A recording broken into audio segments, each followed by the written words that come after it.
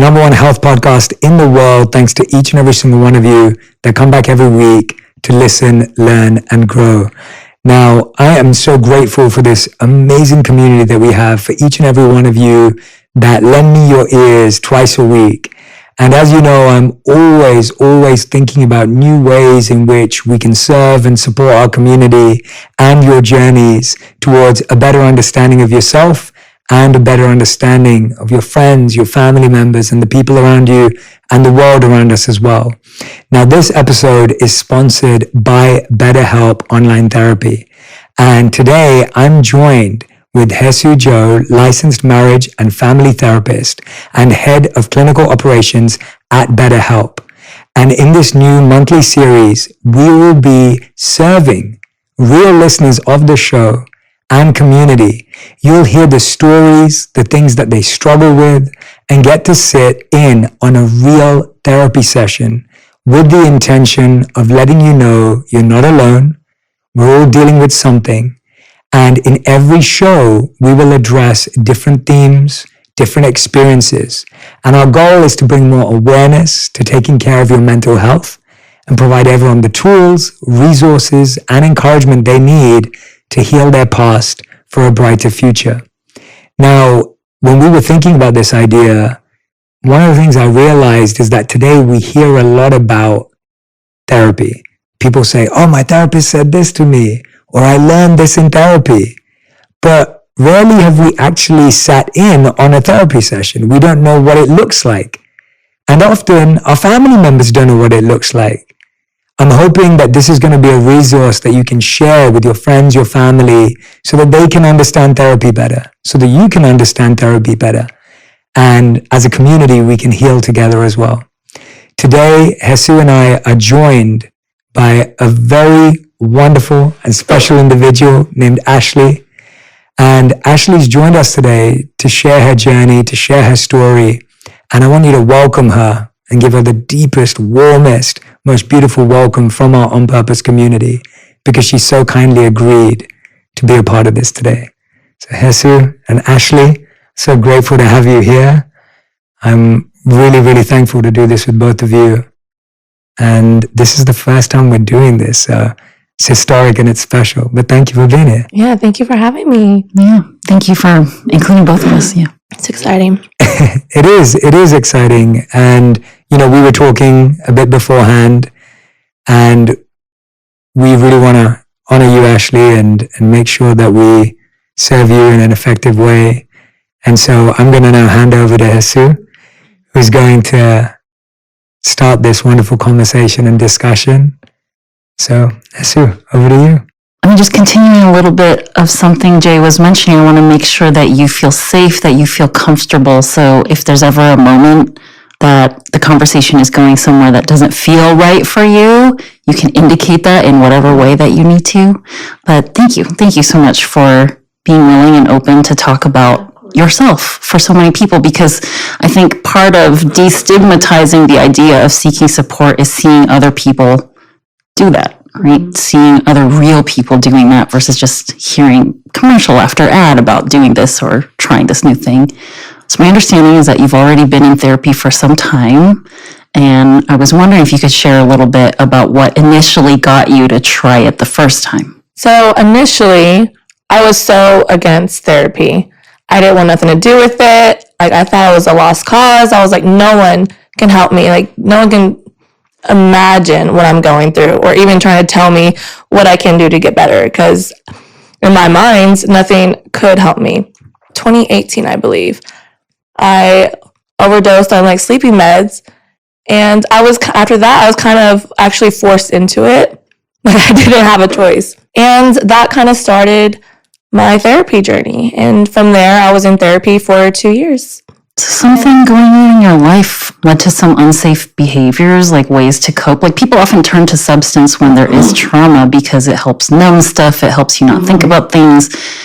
And sometimes you feel good, right? It makes you feel not just better from this thing that has been painful, but it feels good. And so I'm hearing that you had kind of like a mandated route into therapy. You mentioned that you wouldn't have considered it. So what were some of your ideas about what therapy was before? I didn't even know where to even begin, what therapy looks like. I just thought someone would just sit there and tell me, oh, how do you feel about that? Oh, how do you feel about that? You know what I mean? That's kind of like what I thought, or like someone tried to preach to me or like tell me what to do or how I should do it. But really, it wasn't like that at all for me. It ended up being something different.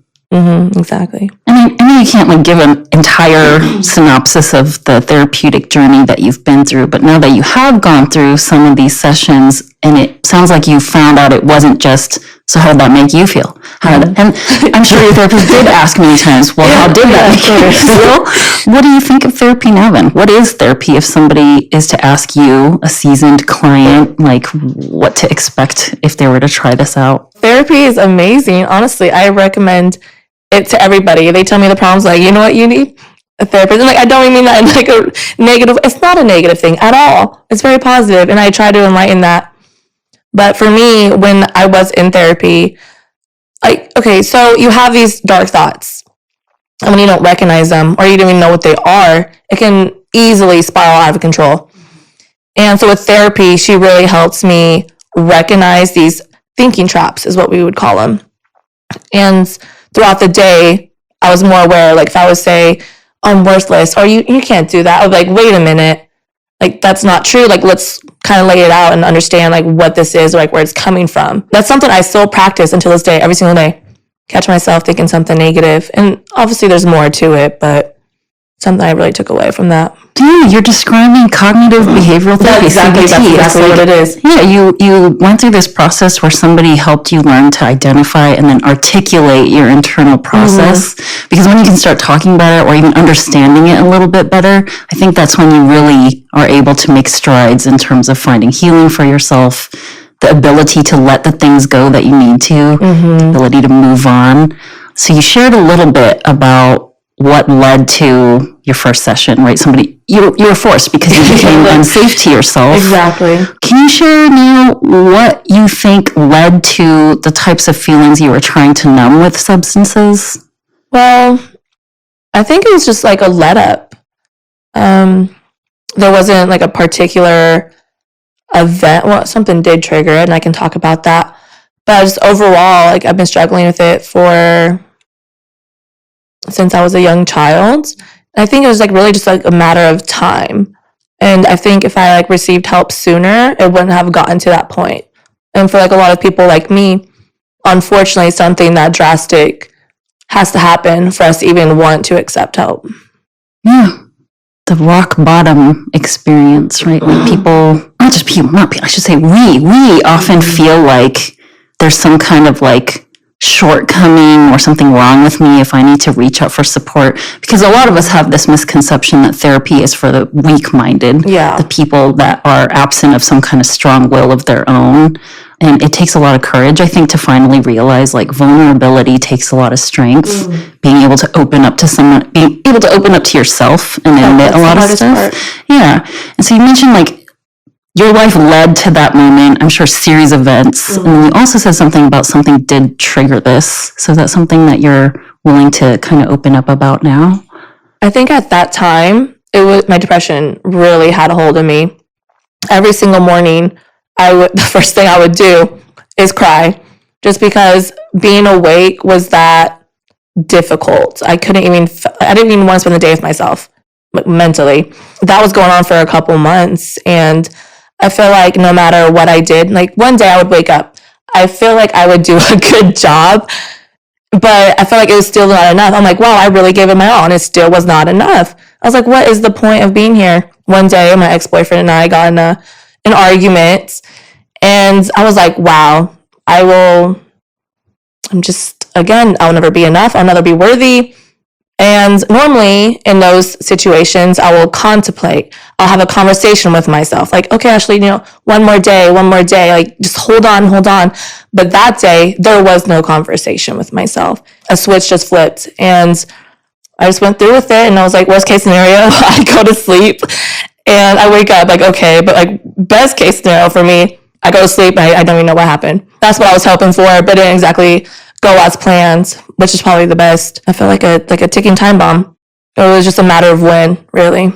And you're describing just like living for such a long time without knowing how to regulate your emotions and really process a lot of stuff, right? And it like blew up in an argument, sounds like. I'm going to shift gears a little bit and kind of ask a little bit more about your previous therapy experiences so far. So while you've been in therapy, I'm hearing you say that you've learned some skills, you've learned some things to like cope with and navigate everyday life. Like, how did you learn that stuff? Like, what is it that the therapist was doing to teach these things, right? So I'm a huge imagery person. And like one thing we would do, it was kind of like how I describe it, like a court case. Okay. Like you have your like the jury, you have like the lawyers, stuff like that. One thing I struggled with was feeling like I'm not capable of taking care of myself. Like I'm a grown adult. I should be able to take care of myself. And I couldn't. And so we would break down the evidence. Like, okay, what's real and like what's false? Like, let's just recognize that there. Because when you're in this kind of mindset, you tell yourself so many lies, stuff that's not even true. And so I'm like, okay, well, I do this. I do my laundry sometimes. Like I have been working out past couple weeks. Like, oh, you do feed yourself. You have to give yourself credit for the things that you actually do. And we would write it down in the evidence section. And we would write down like what was false. And basically like the jury would come to the conclusion like, no, you are capable. So yeah, you would just really just have to, in that process, give yourself credit and kind of look at what was real and what wasn't. And you would shift those thoughts of, I should be able to. And you change it into, no, you are able to, and you do. It's not just shifting the way you think about stuff, taking on different perspectives, hearing someone kind of reword or like paraphrase your life in a different way. It sounds like you've learned a lot about yourself too. There's like a period of time where it sounds like you didn't really know who you were. Mm-hmm. Like what parts of learning these skills, learning how to identify evidence for and against some kind of thought or belief helped you figure out who you are? Like, do you feel like there's some kind of self-exploration, self-identification type of process? Like, it's not just learning skills, right? It's, I guess I'm trying to get to your sense of any kind of change in the ways that you perceive yourself. Like, how has that kind of shifted in that 2-year period? So a lot of people, I believe, feel like they go to therapy and overnight they're so much better. And that's just not the case. And for me, again, like until this day, it's something I had to practice every single day. So there wasn't like one particular moment where I just like saw myself in like a better light. Eventually you keep practicing and practicing and practicing. And eventually you start to learn yourself. You start to value yourself and you see yourself in a whole different light. You learn boundaries and you have them now and you have rules for yourself and you don't allow certain people or certain situations control you as much because you have more confidence in the tools and the coping mechanisms that you have developed throughout therapy.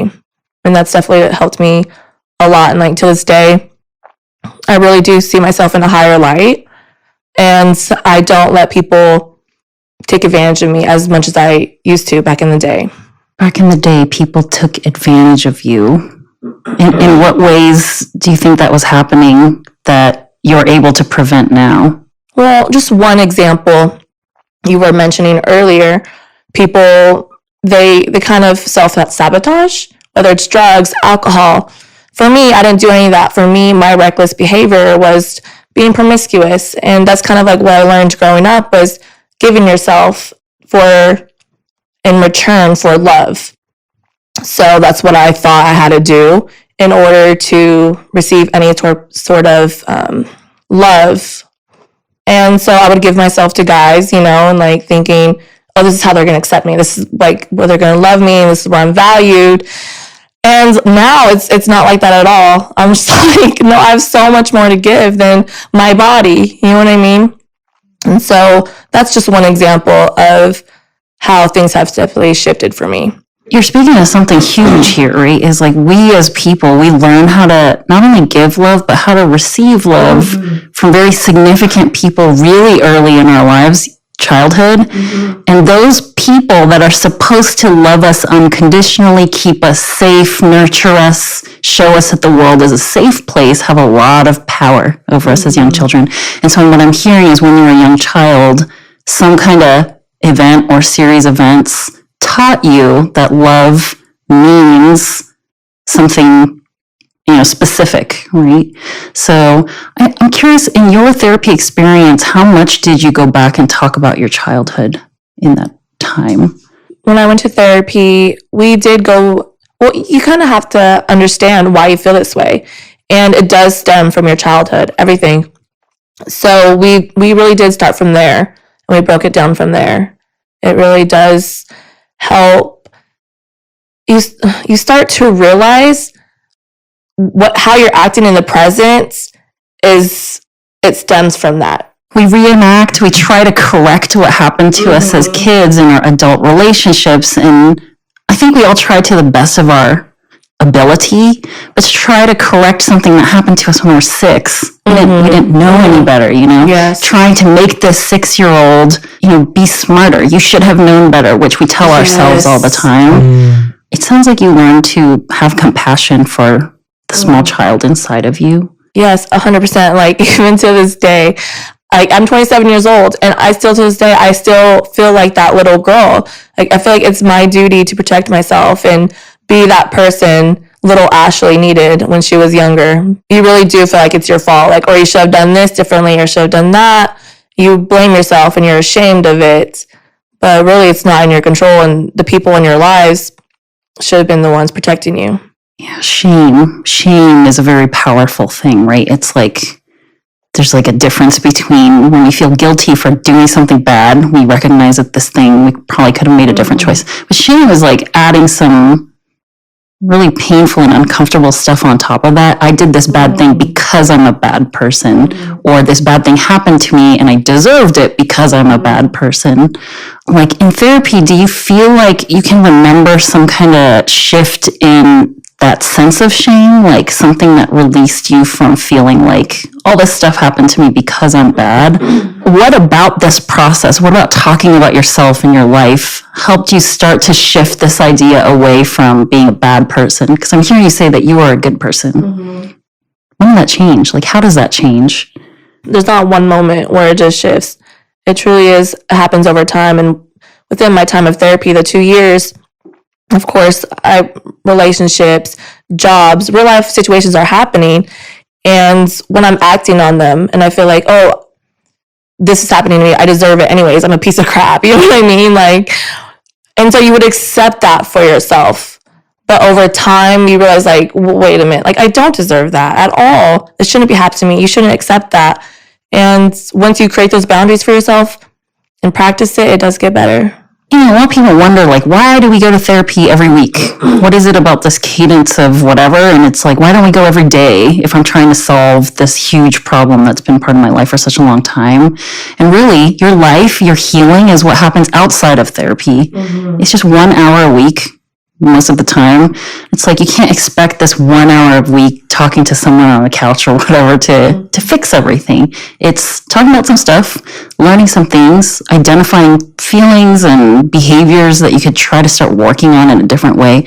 It's in your real life outside of the session that this transformation is really happening for some people very gradually and over a long period of time. You mentioned you're 27, that's potentially 25 years of learning how to be in a particular space in a body. And it's going to take time to unlearn, relearn, and start seeing the world in a way that is safe, right? So what would you say, if you had not gone to therapy, where would we be? Where would you be? Oh my goodness. If I never went to therapy, I would not be the person that I am today, nor be the person that I'm becoming. My self-awareness has grown so much, and I'm able to take care of myself more mentally. I'm able to value my thoughts more, or just again, if I'm negative, I recognize it real quick and I try to change it into something more enlightening and more actually true. go from false to true. You know, people come to therapy, and over time, after what's called the assessment period, where your therapist is getting to know you and asking you about your family history and like all your school stuff and everything you remember from your family, childhood, whatever. Once you move past this initial period where you're building this relationship, you start thinking about goals. What are the goals that I want to work on? And so you and your therapist like agree on these usually 2 or 3 major things that you want to achieve through this process.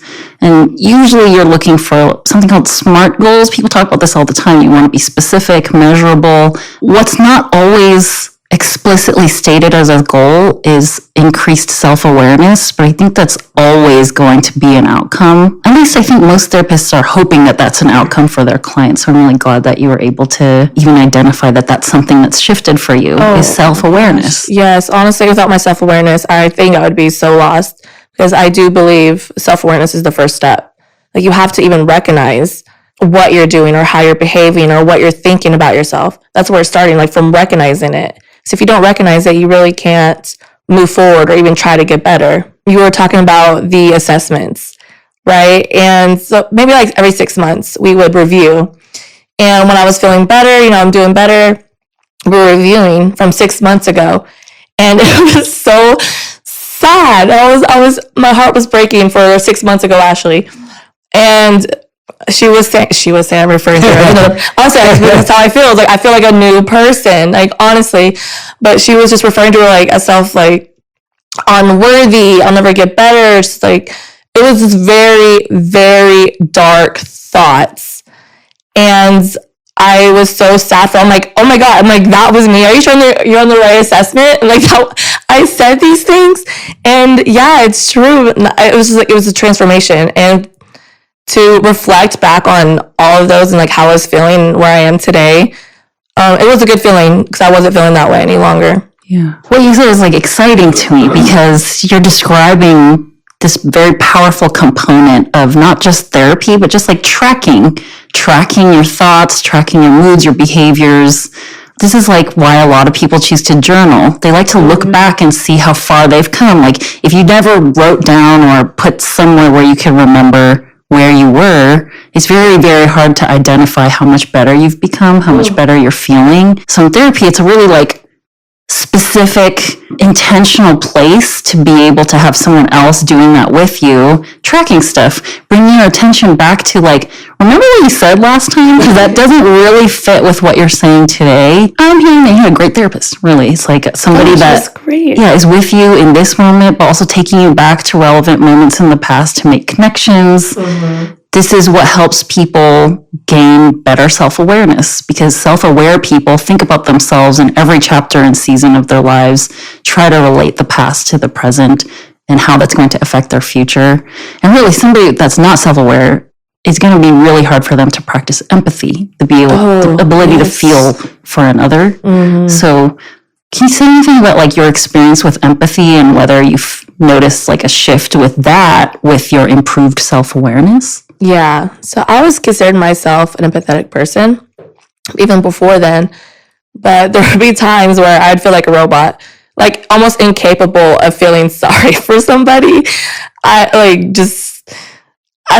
feel bad, because I'm like, I feel like I should feel something towards them, but I don't. And I really do. I think that helped me later on down the line to be more empathetic, 100%. That's like a big life thing. It's like, I think we're all hardwired to connect, to want to be with other people, to have intimacy with folks that are important to us. And how can you do that if you don't even know who you are? Yes, 100%. When you're really not sure of who you are, I don't know who I am. I'm still growing, but at that time, when you're just kind of like, I would describe myself as a loose cannon, you know what I mean? Like, I couldn't process any type of emotions or receive love. Like, I didn't know what that looked like. I didn't know how to accept it nor return it. It really affected how I dealt with relationships, friendships, careers, just because I didn't even know how certain emotions or certain situations would look like. I didn't know what was normal. We have these wounds inside, right, that I think a lot of us want to heal. We attempt to heal them in so many different ways, whether it's substance that helps numb these wounds a little bit, or reckless sexual behaviors where we're trying to connect, where we're chasing intimacy, but it's still a little bit different.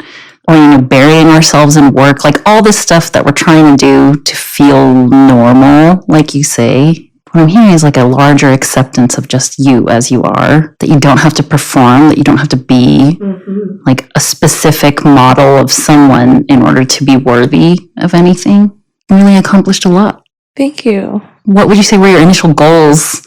I mean, past the point of like being forced into therapy, when did it become a choice to you? There'll be times where I would look forward to therapy and things would happen throughout the week. And I used to go to therapy once a week. I would leave the house and I'd just be like, my therapist is going to get an earful today. Like, I couldn't wait to share what I was going through with my therapist, like someone who understands, wasn't judging me, someone who can break it down for me. And that was really refreshing because I still don't really have that support system family-wise. So having that one person in my life that I can trust and turn to, it was amazing. Somebody that's listening to you to respond to you about you. You mentioned like, I don't have this in my family. And like even people with very loving, very caring, very well-meaning families still don't really always have that with family because those good intentions also come with their own baggage and their own feelings and their own agendas of what they want between them and you. So somebody to break it down, just hear you out, help mirror stuff, right? Like therapists say, like, we're just here to hold up a mirror, right? To help you see yourself a little bit better. Because we all go through trauma that makes it very difficult for us to like see past all this stuff that we build up to protect ourselves from future traumas. In therapy, the therapist asks you a lot of questions. What's your sense of like what these questions are for? Why do we ask so many questions? Or why do you think that we ask so many questions? In the beginning, obviously, I'm just like nosy. I was like, geez, my social security too. But really, it's come to find out, like, again, holding the mirror up, it's really reflection on like who you are as a person, how'd you become this person, why are you acting this way? So every question, there is really intention behind it. It's not just some aimless question, like trying to be nosy, like they're not judging you. So I feel like every single question for my therapist, she was just looking out for me and wanted to help me become more aware of why I was behaving a certain way or acting or thinking a certain way. The questions, intention. I like that you used that because, sometimes therapists who are just people, sometimes those curious questions, or how you would say nosy, they do pop up here and there. But it is like a therapist's kind of duty to refrain from doing that. Like you might be talking about something from your life and then you mention like a restaurant that I've been to, and my initial reaction of wanting to talk about and make this connection, like, oh, I've been there and I got this item from the menu. Like those things, we often refrain from that because in therapy, it is about you. Of course, it's going to somewhat be about me because I'm a human and we're connecting as two people and my experiences, beliefs, and values are going to be present in this room. But it's very important for therapists not to impose those things, right? Or like make you have particular goals or try to get you to think the way that I do. Very unbiased. Very non-judgmental. It was very neutral. Like you said, she didn't try to impose her opinions or thoughts to a certain extent of the thoughts, but opinions, she never really did that. Right. The opinion stuff, we're taught and trained to like leave that stuff outside the door, go to your own therapy so you're really sure of what your stances on a bunch of stuff are so that you don't have to come into a session and argue with clients about it. Especially in like, heated climates like we have in current modern society. I can imagine going to a therapy session and she's telling me, no, you're wrong. I'm just like, we're having like this debate, you know what I mean? It's not like that at all. I'm very glad you had that because a personal experience, which I think a lot of people can relate to, is we turn to sometimes a best friend, an older family member, maybe our mom. We turn to these people with the expectation that they will be there for us without judgment, that they'll respond to us in a way that's loving and caring and nurturing. And a lot of times those responses are loving, caring, and nurturing, but they're also filled with the judgment, the criticisms of, you could have done it this way. It probably would have been better if you thought about it this way. So family, very well-meaning, but also emotionally charged, also like entangled into your life, and they have their own like motivations, things that they're trying to accomplish to propel this relationship in whatever direction. When you're in such a vulnerable state and you don't know what's going on, and even though maybe a family member has the great intentions and they're basically putting their thoughts and opinions onto you, you're in a really vulnerable state and you might take their advice and it's just totally wrong and totally not the right direction to go. So even though family members are supportive, therapy is definitely highly recommended from my end. Makes me wonder, like, what big differences, you've shared some already, but some other differences that you can think of between going to like a really close friend for support versus talking to a therapist. So even just when I was a teenager, I turned to my best friend, and it's not her fault because she's not like it. She's just a kid too. And I'm like, hey, I think I'm really depressed. And she's like, you're not depressed. You're just sad. He was like, okay. And then my ex-boyfriend from around that time, I would try to express my thoughts and my concerns. And he thought I was looking for attention and make little like snickers with his friends. Like, oh my God, this girl's crazy. You know what I mean? Like psycho. And at this point, it's like, you don't even understand it yourself. You're like, oh, I am psycho. I'm real crazy. Like, I'm going to show you crazy. And like, you act on that, you know, because that's what you believe you are. And my mom, that's a different story. You know, I tried telling her, I'm like, I'm so angry. I feel this way. I'm like, I don't understand why. Like, I think I need help. And I didn't know what was wrong with me or why I'm this way. I just knew it wasn't normal. And she doesn't even have the depth to understand such a concept. And so maybe she cared for me, but she wasn't the ideal person to try to go for help. And so those were my three closest people in my life. Again, it's not my ex-boyfriend's fault or my best friend's fault. They don't know any better. Yeah. But as a parental figure, I definitely needed more guidance and more direction. And a lot of people don't have that. And I think that's another thing that steered me away from wanting to receive any more help. Just because of those kind of experiences. I'm like, wow, no one understands and no one's going to want to help me.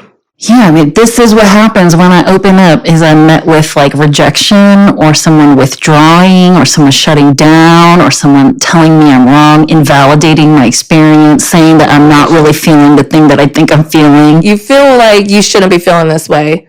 Like you don't have a right to, or like you're just looking for attention, or people have it worse. You know, like, why do you feel that way? You have no right to feel that way. So that really does affect you. And how you portray people. There are people out there that have it much worse than you. I think that is like someone's attempt to help you feel better because they're like trying to minimize the issue that you're bringing to them. Or even your friend, like, you're not depressed, you're just sad. I can see that being a 16-year-old solid attempt at making the situation less scary, but not just for you, but less scary for her. Oh, yeah. Same thing with your ex-boyfriend, like making a joke of this thing that you're bringing up that's actually really uncomfortable for you. A lot of people respond that way because they don't know how else to handle it. They can't hold space for it because they're not really sure what to do. And they start feeling heightened. They start feeling emotional themselves. And then their own defense mechanisms start coming out. And some people use humor, which can be very harmful to like the people around 100%. Them. Yeah. And then, with mom, it's a lot of moms. They really mean well, but they are also people. And a lot of moms plenty of moms have been to therapy, but I think a lot of them haven't. And this thing that you mentioned of like, maybe she doesn't have the depth, it's probably she doesn't have the training. She doesn't have the understanding to help you feel safe in the feelings that you're having. And also, our parents' first instinct is like, oh my God, my child is hurt. I have to make them feel better. Versus, my child is hurt. We're going to hold space for that and let them know it's okay to be hurt. Right? And that's like a big difference between parents and a therapist. A therapist is not going to try to immediately put a Band-Aid on it, but it's like, let's like really get in there. Let's take the Band-Aid off. Let's see how bad is this wound? Like, what happened to it? Like, how do you even get the wound? You know what I mean? Oh, the wound, bring it back. I think I forgot to close that loop. We have wounds inside and we do all these things trying to heal them. Ultimately, if you don't heal that stuff, it will end up like bleeding out on other people. Other people, yes. Yeah. Yes, exactly. Yes, the gory scene of like our emotional blood and baggage just like following us around everywhere, and it's contagious. It's like any feeling is contagious when you're with other people, and when you're not well, other people feel that, right? Yeah, So like I imagine a cloud over me. It's just raining. Have my boyfriend here. He's getting rained on and it's poured. And I feel like it was almost my fault. Like, I brought this into your life. Like, you didn't deserve this. I really felt like I was bringing people down with me and they didn't need that. And that was another thing that led to why I did what I did. Everyone would be better off without me. So if you don't address the help, blood's everywhere, I think we're touching on so many stuff that's very relatable to a lot of people. And I'm hearing you sing praises of how therapy's been helpful. Like, what would you say to someone that's like maybe in a similar headspace to where you were before, of thinking like it's just not going to help? Anytime I've tried to open up to somebody, it led to something worse for me. Any pieces of advice to give to someone that's still very skeptical, resistant, fearful of trying this thing? Number one, I would say, do not tell them how you think they should feel. So if you try to tell someone, like, they're going to automatically tune you out. Like, you're automatically disqualified. Like, in that, like, who are you to tell me? Because, like, so just listen to them. Listen to what they have to say. And I wouldn't, again, put your opinions or your personal thoughts on it. For me personally, because I have been through it, I would just be there with them. And this is so powerful to me. Rather than, oh, you should do this, I would say, we should go to therapy. Like, let me help you find somebody, because I didn't have that support. I didn't have someone who's going to hold my hand and help me find the help. So for me, I would just hold their hand and try to find somewhere to get them help that they feel comfortable. And you're like, I'm feeling like emotional, because that's what you're doing here, right? You're like figuratively holding the hands now of so many people by sharing your experience and being so open about all this stuff that you've been through, and like, rehashing a lot of your own thought process from the past that weren't very healthy. Sometimes people just need permission. I don't know if that's like from themselves or from other people to do something good and do something nice for themselves, nice for me. And while your journey to therapy wasn't quite like, I'm going to do this for me today. At some point you were choosing to keep going back. Yeah. Mm-hmm. Yeah. And would you ever do it again? Would you ever go back to therapy? I already know I'm going to go back to therapy, not because I'm depressed, but because I just need that extra helping hand. You know what I mean? I definitely think I'll need therapy for the rest of my life. Not because there's something wrong with me or like I'm suicidal again or something like that, just because it really is helpful. What's helpful about it? It really helps you understand why you feel a certain way about a certain situation. And I know as I get older, maybe marriage or kids, I'll have those conflicts of like, I'm letting my child down. I can't provide for them. And that will probably stem from how I feel certain times today, or how I can't provide for myself. And I know that probably will not be the case as I get older, but I'm sure therapy will help me understand that. So it's helpful for navigating life's everyday challenges, right? Like, we're all posed with 1,000 decisions to make per day. And most of the time we're making those decisions largely on our own. Mm-hmm. And that's an interesting thing about therapy. It's not that your therapist is making further decisions for you, but helping you identify what decisions like lie in there already. Mm-hmm. Like, you already know the answers and the truth to what life is. We all know that for ourselves somewhere deep inside. And I think therapy really helps us like unlock this stuff that we've pushed down. Things like not having confidence or not believing in ourselves to make the right choices, or not feeling worthy, not feeling adequate. It really makes it hard to listen to ourselves and to hear those deep down truths that already exist. Yeah, like, you don't believe the truths at all. Like, you could look in the mirror and be like, you're so ugly. Like, obviously, like, you're not ugly. You know what I mean? But all truths are out the window, and like, you don't even value your opinions when you're dealing with like mental health issues. Mm-hmm. Yeah. So you mentioned you've experienced depression, which does sometimes include feeling sad, but like how did depression manifest in your life? Like what made you feel like this is the word I'm going to use to describe how I'm feeling to other people? For somebody listening to this conversation, like that might be feeling depressed themselves, but they don't have the words to articulate that yet. Like what would you clue them into? Like how do you know that you're depressed?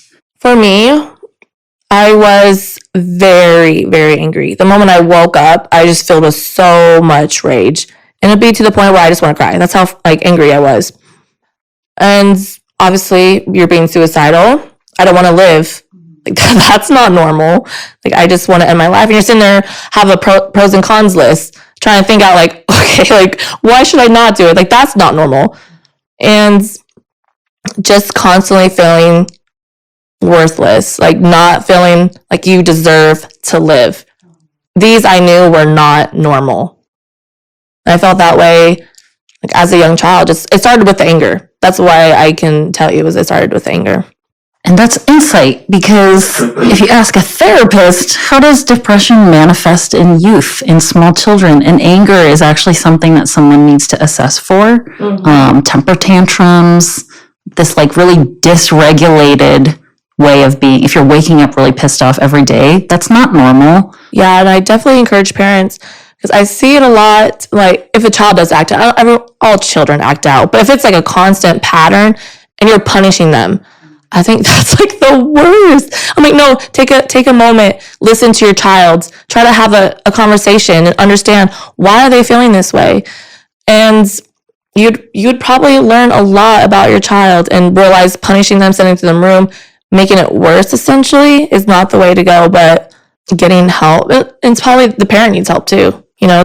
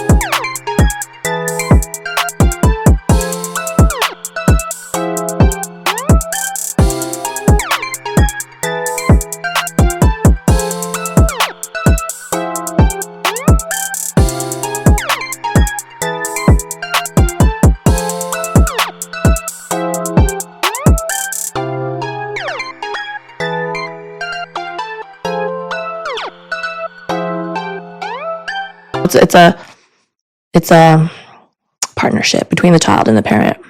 Yeah.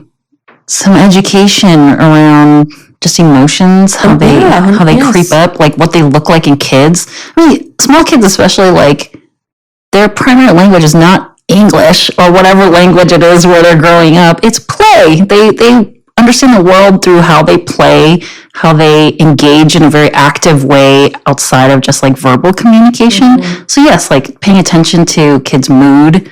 So you paying attention to your own mood and recognizing something's not normal. Yeah, and if my mom was more aware and more educated about something like that, I probably wouldn't have grew up the way I did in certain ways.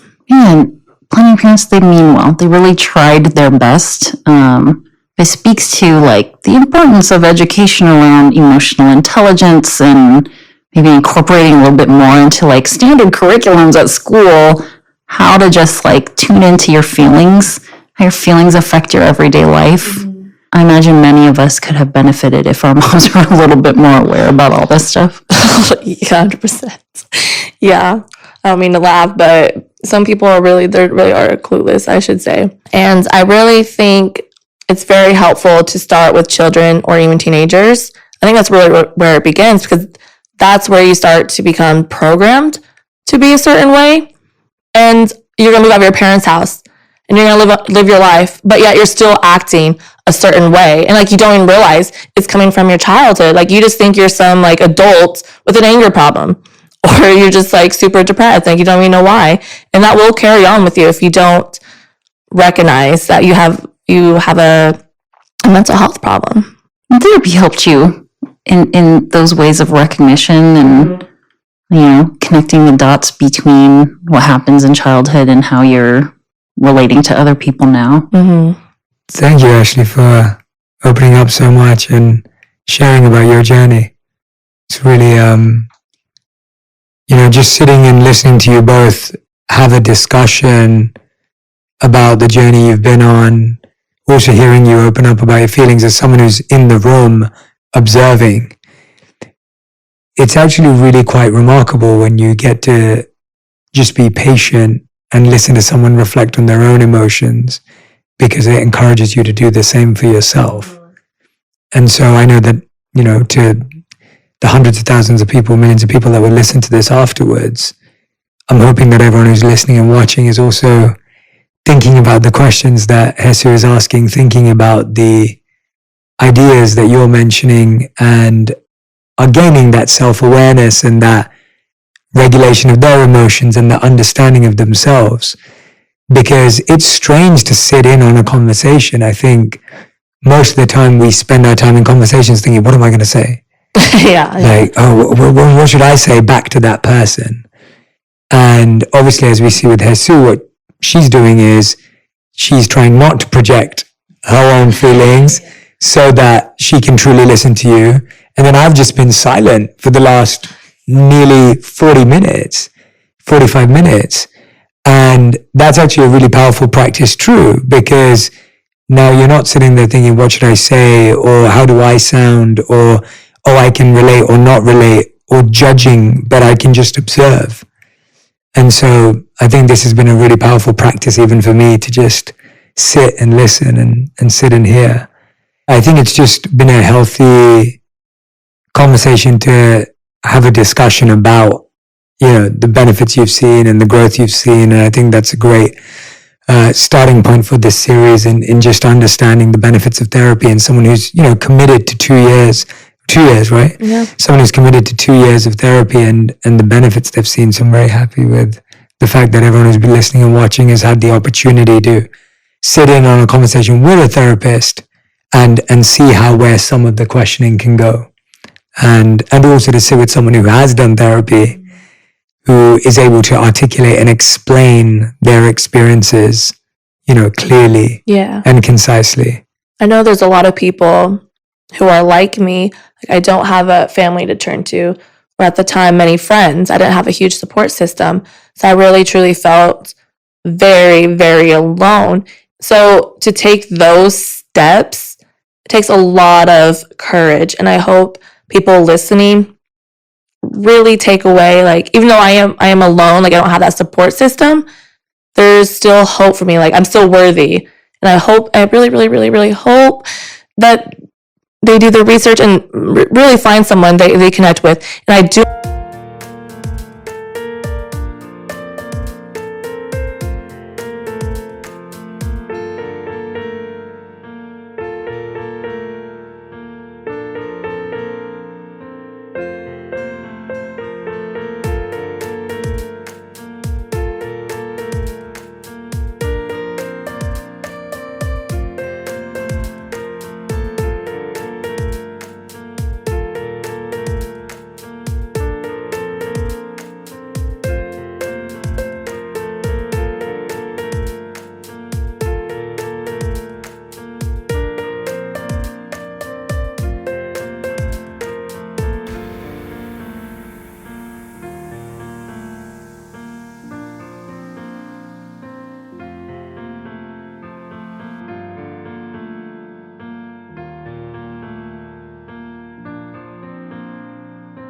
Do not want them to just get discouraged if they get a therapist and they're not connecting, because not every therapist is going to be for you. And I think it's very, very important to find the one that is for you.